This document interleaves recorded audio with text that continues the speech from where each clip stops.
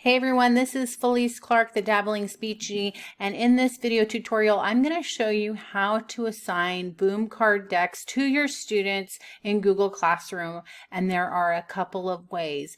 I'm going to show you both ways so you can figure out what's going to work well for you. So here's my pseudo fake speech classroom. Here's where I have a new assignment that I created, and it shows if the student has assigned it, and if they turn it in, it's all right here. So the instructions, this is what it looks like. I labeled what the boom cards were, and then I clicked a link for the student to start doing the boom deck. So they have to log in.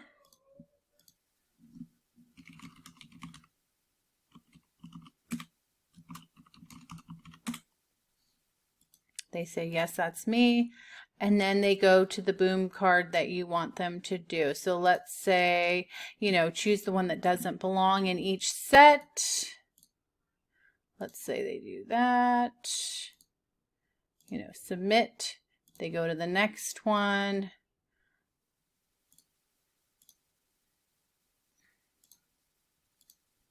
Submit. Okay. Then they come up here and save and quit.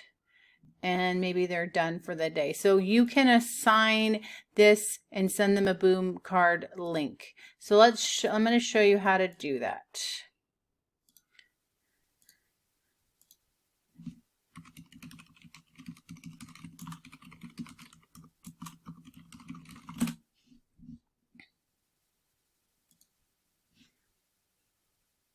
So let's make sure, okay, we're in our classroom.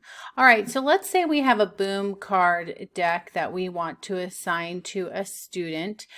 You can go down here to the action button. You're going to go to your library. You're going to go to your action button. You're going to click the fast pin. You're then going to click this. So this is a pin that will last for 14 days. This one's already been clicked, so it has 14 more hours before we're gonna generate a new pin.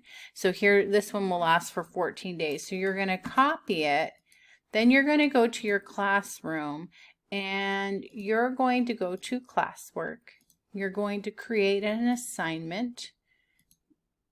You're going to title it Dress for the Weather boom cards. Please complete these boom cards at home.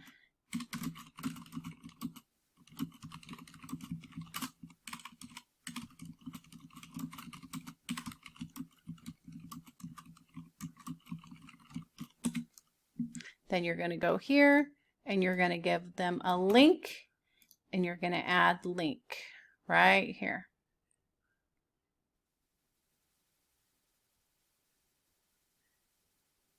Okay, so now it's ready to be assigned. If you want to give them a due date, let's say you want to give them a week to do it, you can assign it to all students right here, or you can unclick it and just click the one student you want to use it with. So since it's just one student, it's everybody. So you're going to assign it. And now the activity is here with the due date. Okay. Now, let's say we want this fast play will allow the child to play it for 14 days. You will not be able to collect data on progress on how they did with it, but they'll be able to have access to it to practice the skill. So let's say we want to, let's do this summer one. Let's say we want to get some data because we have progress reports coming up and we need something to show. So you're going to come down here to your library. First, you're going to go to your library. You're then going to click under action under the deck you want to use. You're going to click the hyperplay link and then click that and copy it. And then you're going to go over here to your Google Classroom, click assignment. That was the summer vocabulary and grammar activity.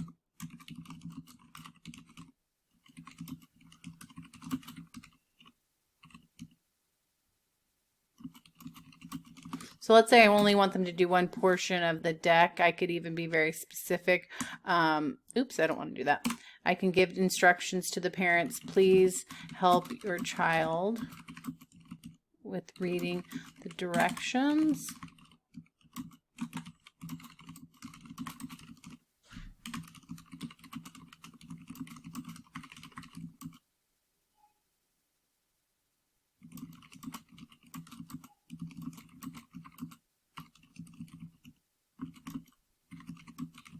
Okay, then you're going to go to add a link, add link.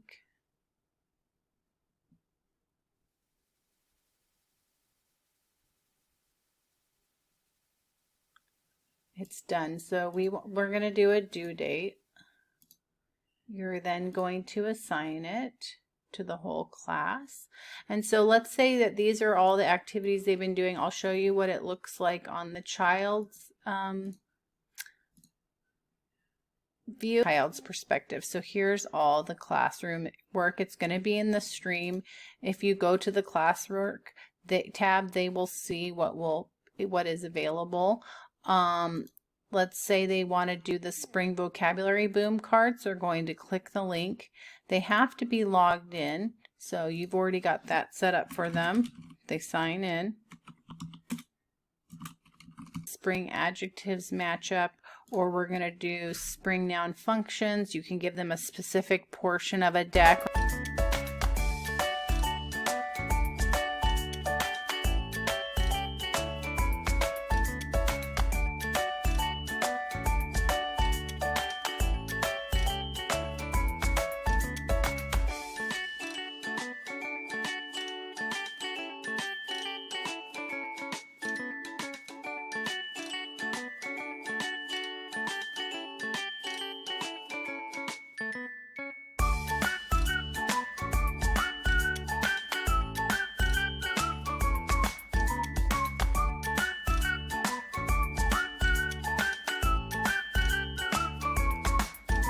When you use the hyperlink function, you will get data on that student, okay? And then you can also import them over here. So here's my student. So you want to make sure that they have a password, that they have a username, and that you've given them those things so that they can log into the Boom Learning site.